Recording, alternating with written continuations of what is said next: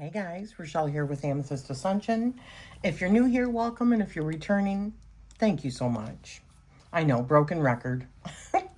So, I am going to finally be doing, now that I have just a little bit of a break area in between review decks that are coming in, or review items that are coming in. And I wanted to do a couple of hashtags. The first one being one that my good friend Selena did over from her channel, Essence of the Moon, and that is Ancestral Roots. Hashtag Ancestral Roots. So this is 10 questions. So let's just dig right in.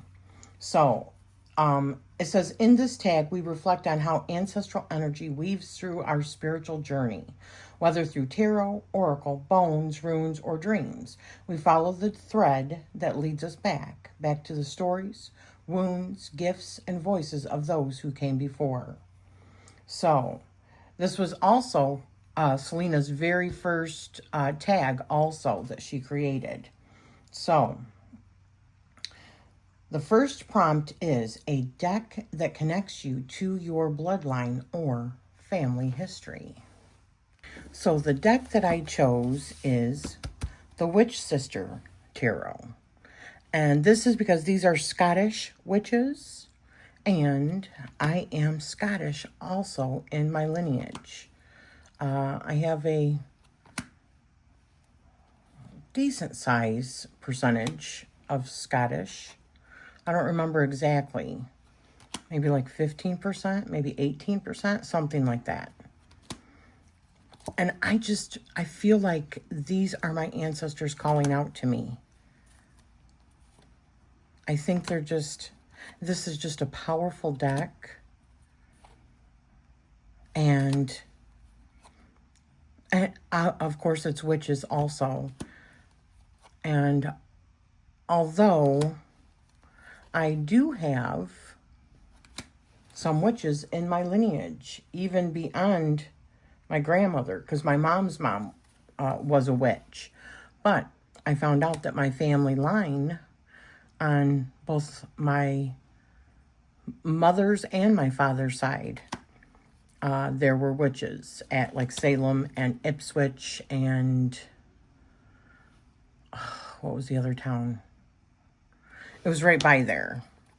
But my family, one of my family names came over here like not long after the Mayflower. So, I mean, yeah, strong family roots in America as well. But I just love this deck, and I feel really connected to the witches in this particular deck. So that was my response for a deck that connects you to your bloodline or family history. It would be this one. You'll see that there's more as we go on. So the next question is a deck that channels messages from ancestors or guides. And I do have more than one, and pretty much any tarot, I feel like I can do these things with any tarot deck. But this was one that I thought of because I got some powerful readings from this particular deck. Mine is warped already. It's my environment. And that is the Beloved Dead. I have talked about this before a few different times on different VRs or different videos talking about ancestry or past life stuff. But I have done a few readings when I got this deck in for review. And it was also during a time that I was doing ancestry work anyways, working through the, I can't remember the name of the book. It's upstairs. It's one of the ancestry books. And so I got really powerful reading. One in particular that I remember, it honestly felt like my grandma, because it was a reading where I had contacted my grandma. And I was 100% sure it was her when she was coming through. But it was definitely not the same grandma. I mean, she was more like you could tell she was from the other side now with greater wisdom. But she had seen her shortcomings, and she immediately pointed out her shortcomings. But it's also that made me recognize who I was talking to right away. And it was a very powerful reading. And I love my grandma. I miss my grandma. I lived with her for a little bit, and she lived with us off and on when we were growing up. It's my mom's mom. So that was for prompt 2, a deck that channels messages from ancestors or guides. That would be The Beloved Dead by Carrie Paris and Tina Hart.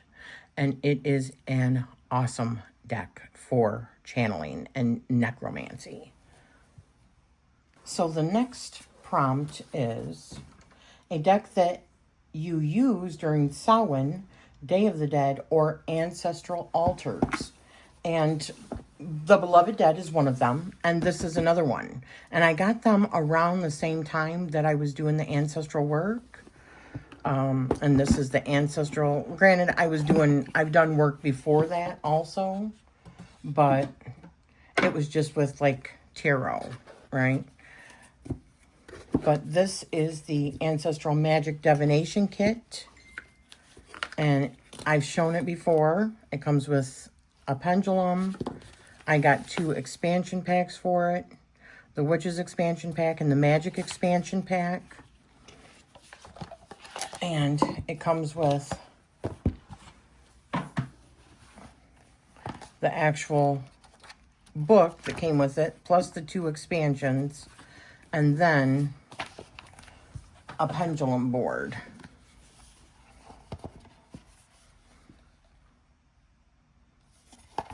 And it's double-sided for different things. It's all designed for ancestral work, right? And discovering like the magic in your line and all that. It is fantastic. And I love this kit. And it sells for much cheaper than what I got it for. So if you have an opportunity to pick it up, it's by Stacy William NG. And what is it? La Panthiere? I think that's the name of the website. I highly recommend it. I wonder if it's back on here. Yeah. Right here. That website. This is so friggin' cool. All right. So the next prompt is a deck that you use for healing generational trauma or cycles. So one of them that I thought of, because honestly, like I said, it's like any tarot deck, right? It doesn't matter what tarot deck I use.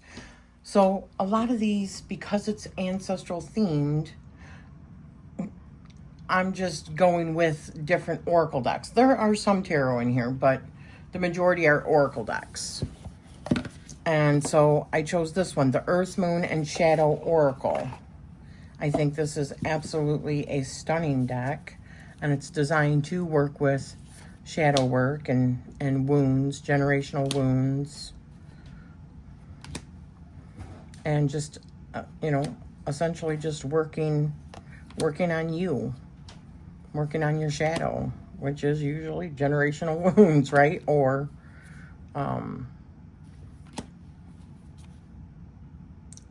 past life wounds. This is just absolutely a stunning deck. I should pull this out more. I think I'm going to take this upstairs with me. This is gorgeous. Gosh, man. Look at that. Hidden paths. Awareness, mindfulness, self-mastery. It's gorgeous. The Pathfinder. Intelligence, keen insight, and premonition. Ooh. The Hatchling. Innocence, inner child, and curiosity. But I will say, I have a deck coming soon that is from my sister. One that she has created.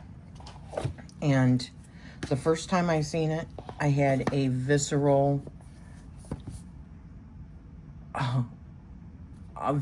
reaction, because it is such a powerful deck for like healing adult and child wounds, you know, childhood wounds and stuff like that. And of course that comes from generational wounds usually. So, you know, your grandmother did it, their mother did it, their mother did it, blah, blah, blah, blah, blah. And that it just, you know what I mean. So you guys are going to be seeing that very, very shortly. She just finished the, everything really. The digital guidebook, and which is phenomenal, and the deck. The deck is available on Make Playing Cards, but I'm going to wait for her to do her walkthrough. And once I get the deck, I'm definitely going to be doing a walkthrough of it too, and showing you the book and all that. I'm so proud of her, and it's just beautiful. I love it so much. So the next question is, a deck that helped you understand your soul lineage. I'm going to say the Light Seers. Of all of my decks, I would say this one is what started. The Light Seers, like I said, like any other deck, honestly, I think would work. But this is the first one that really, I think, touched me in such a way that it was so profound. This will forever and always be a soul deck for me. This was a game changer. This deck was a game changer for me in my tarot practice. And in my tarot practice, because of having a tarot practice, there are so many things that have stemmed off of that, like my own actualization and realizations about myself, right? Real shadow work that has come into place since I became a tarot reader. Things that I never even thought to explore until I became a tarot reader and became a part of the tarot community. And I'd start hearing these words, and so I'd start researching, and down rabbit holes I'd go, and you know, it led me to more awareness. So I absolutely love the Light Seers, and it will forever be like Catalyst soul deck. It wasn't my first deck. It wasn't even, I think, my first 20 decks. But when I got it, it was most definitely a game changer. Okay, so the next question is, a deck that you inherited, were gifted, or feel was meant for you. So I've been sent decks for review. I have very few decks, I think, that I have been gifted. I mean, a few that I have, but the one that I thought of that was definitely meant for me. The reason I thought of this one is because I have done some powerful readings with this particular, not the pocket version, the larger version, but the funny thing is I have purchased this deck several times over, not realizing, thinking, oh, I really want to get it, not realizing that I already had it in my collection. So I think I had bought 2 of the full size and 2 of the pocket. And now I have 1 size of the pocket left and 1 size of the full, because obviously I didn't need that. I just didn't realize, right? I don't know why I didn't realize, but I didn't. And it was after that, when I finally woke up and realized what I had done, that's when I really started using the deck. And this is one powerful, beautiful, soul-searching deck, man. And it just sings to my soul. It sings to my spirit. I do like the bigger version better, but I didn't want to drag out all the stuff, so this was just easier in the tin. I just think it's beautiful. Absolutely stunning.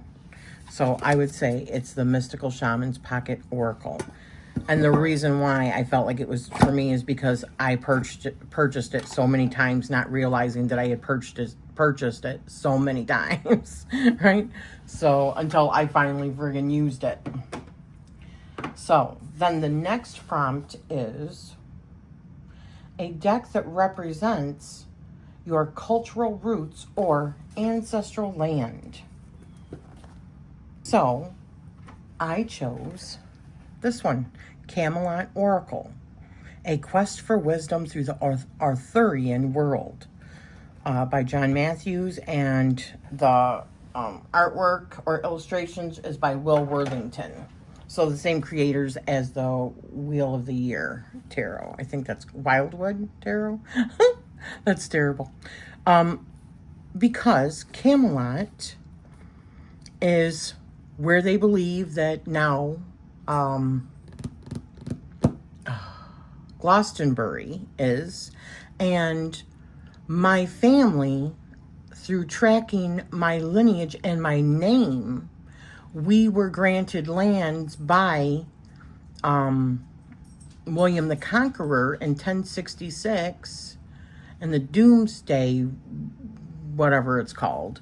Our family line was actually granted lands in Somerset, which is, then it was Somersetshire. Now it's Somerset, which is also where Glastonbury is. So it always makes me think of King Arthur and the Round Table and Camelot. So this represents where much of my family history comes from before the legends of Camelot came about, which that was like the 1300s, right? By what? I can't remember his name now. Stirlingson, something like that. But my family was there before that. My family line was there. And my family line were clergymen. So, very interesting, isn't it? And I just think that this artwork, and I always have been so drawn to, like, Morgan Le Fay and King Arthur and Guinevere. And sorry if you can hear the hot rods out there. Listen to me, old fogey me, those damn hot rods out there. But I just think that this is really cool. So I love that it talks about like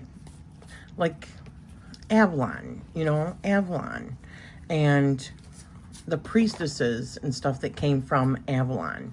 When I think of Avalon, I also think of like the Isle of Man, and my family came from the Isle of Man as well. It's like Scotland, Ireland, Isle of Man, England, Wales,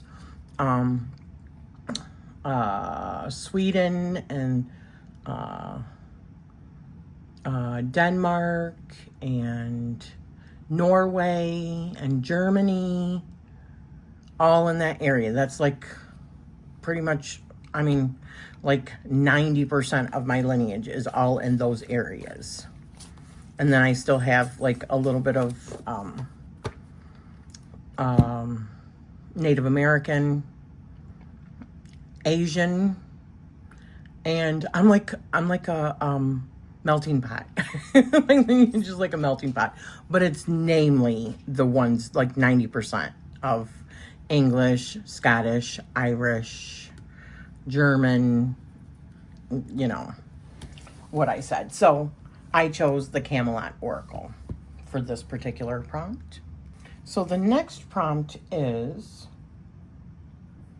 a card that has become a personal symbol of your lineage.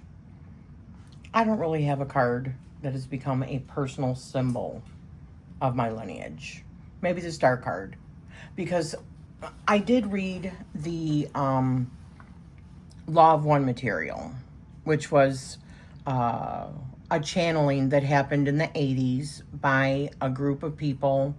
I think Jim McCarty, Carla Ruckert, and I don't remember all the names. But anyways, the Law of One material came out of it.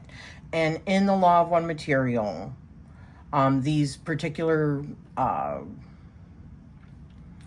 channelings were done with a group called the Ra group, and it said that it was the same group of people that were the, you know, like Ra back in ancient Egypt, although a lot of that stuff now has been distorted.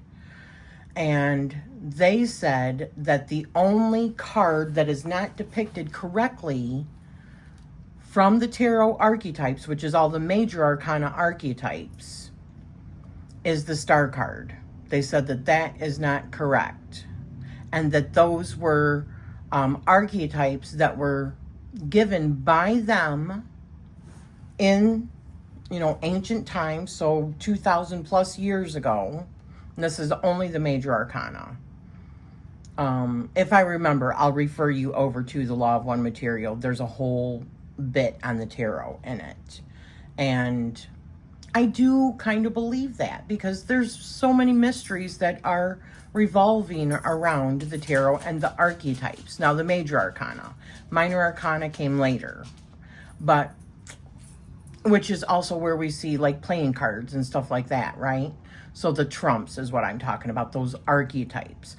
The star card was the only one that they said was incorrect. And I think it was supposed to, this is just my own, you know, personal gnosis. I believe that the star card was supposed to indicate your star family, not to forget, like, your star lineage. Because I don't believe that some people are special and that they're star seeds. I think everybody is special and has some sort of star lineage. Because I think that we were refugees that came here from different star galaxies, or whatever you want to call it. So anyways, moving on. A deck that calls in the wisdom of the grandmothers or elders. And the one that I thought of is a compendium of witches. This is by Natasha Olinsik. And it's just beautiful. I had backed this on Kickstarter several years ago. So my copy is not the mass market copy, which I would really like to get the mass market copy, because it's bigger and the artwork goes all the way to the edge. And I just didn't want to cut these down, because I do think these are absolutely stunning.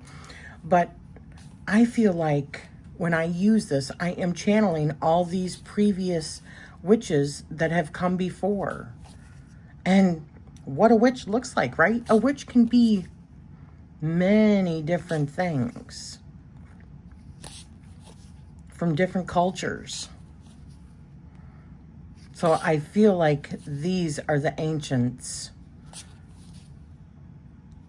the grandmothers, the ones that are wielding valuable information and wisdom for us. So this was the deck that I thought of. I do love it. It's so beautiful. And the messages, they're short, but they are very profound. And it does feel like a channeling from a witch that has been before, you know?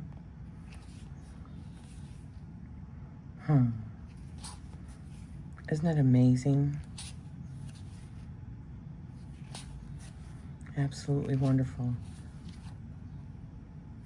And then tools and runes, roots. This is just a stunning deck. Yeah, so that was the Compendium of Witches. I wished I could get the big book too, but that's probably not going to happen. So the last question is, what does ancestral work mean to you, and how do your cards support it? Ancestral work to me is just really about connecting with my ancestors. That is also like shadow work because of generational wounds, or generational like recipes or advice, good sound advice, you know, like old wives' tales and stuff like that that has been brought down in my family lineage, and things, valuable things that we've learned, but also hard things that we have endured and that we carry in our DNA, and uncovering those things, and doing past life work and ancestral veneration. I do have a lot of communications. I have had a lot of communications through my dreamscape and through tarot and oracle reading, stuff like that, with past loved ones. I've had aunts and uncles come to me, my grandfather, father-in-law, mother-in-law that passed, stepmother-in-law, my grandmother several times. I feel like my grandmother is a spirit guide on the other side. She's looking out for me. She sends me warnings and stuff. She shows me things in my dreams. I just had a dream with her not even a week ago, where she came and it was a nightmare, and she came and put her arms around me and whispered in my ear that it was my time, and kissed me on the cheeks. It was anyways, I'm not even going to get into that, but I don't think it was a warning that it was my time to die, but there was other things like wolves in sheep's clothing around. It was a warning, and they were shapeshifters and all kinds of crap. Anyway, anyways, this has been really good. Altars. I have had ancestral altars before, and I've done sigil work and all that. It's not something that I regularly do. I don't keep my ancestors around me all the time. I feel them around me, and I feel like they come to me when they need to. I feel like they are always a part of me. They're in my blood. I believe that some of my past lives, I was my own ancestors, but I don't keep an ancestral altar per se. I don't do ancestor work like all the time. It's usually around a time of year that I do ancestral work, other than I do adhere to when my grandmother comes to me, or when other loved ones that have passed have come to me and, given me messages, I do take heed. So, but yeah, this has been Ancestral Roots. Is that right? Ancestral Roots, yes, hashtag Ancestral Roots, by Selena over at Essence of the Moon channel. Thank you, Selena, for creating a beautiful hashtag. I told you that I would do it a little bit closer to, fall time, October. Really, October and November is really when I do my major ancestral work. So it's perfect because we're getting ready to come into October right now. So I hope that you guys also do this if you haven't done this already. And I'm going to leave a video link down to Selena's video, so please go and check it out. She's got a beautiful ancestral altar, and she does do ancestral work all the time, and I'll let you learn from her at her channel, which is just fabulous. So, and she's going to be hosting our October collaboration too, and this is also going to be kind of fitting also. You'll see, but thank you for spending this time with me, and I am sending you love always.